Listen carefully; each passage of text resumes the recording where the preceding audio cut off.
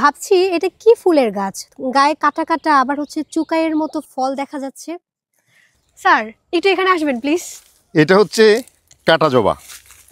কাটা জবা বলে এই যে দেখতে পাচ্ছ, মালবেসি পরিবারের বেশ সূক্ষ্ম কাটা। এটা বেসিকলি এরকম ওয়াইল্ড নেচারেই জন্মে।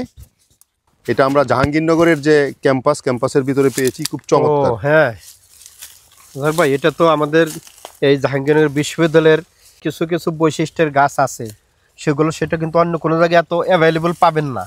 সেটা তার মধ্যে একটা গাছ আছে, এই যে দেখছেন, এই যে কাঁটা লজ্জাপতি। আমাকে কাঁটা লজ্জাপতি আছে এখানে বেশ। এটা হচ্ছে হিবিস্কাস সুরাটেন্সিস বলে বৈজ্ঞানিক নাম। এবং দেখতে কিন্তু ওই যে আমাদের যে চুকাই, তো ঠিকই বলছে লিয়ান। হ্যাঁ, এই যে দেখতে আসলে কিন্তু ফলগুলো চুকাইয়ের মতো, আবার এই যে ফুলটা যেটা ঢেঁড়সের ফুলের মতো, পুরাটাই ঢেঁড়স জাতীয় এবং হলুদ জবার মতোই দেখতে। এবং এই সময় ফুল এবং ফল ওই যে দেখেন বড় হয়ে গেছে, এবং এর কিন্তু চোকার মতো স্বাদও কিন্তু চোকার মতো আছে।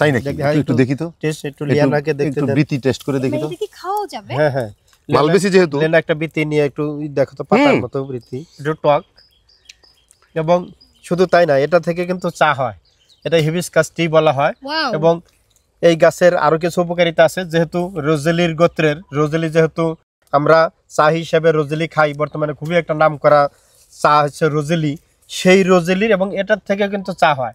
এবং এই চাটা সাধারণত যার জ্বর কমায়, কোষ্ঠকাঠিন্য এবং ত্বকের চর্মরোগের পাতার কাজ রয়েছে। এছাড়া কিছু অনেক সময় বিষ ব্যথারও কাজ করে থাকে। এটা কিন্তু ভালো একটা উপকার, এবং ওয়াইল্ড, সম্পূর্ণ ওয়াইল্ড। জাহাঙ্গীরনগরে এই অল্প একটু কয়েকটা জায়গায় মাত্র বিক্ষিপ্ত আছে। আপনারা হয়তো ভাবতে পারেন আমি শুধু খেয়ে যাচ্ছি, তার কারণ আছে।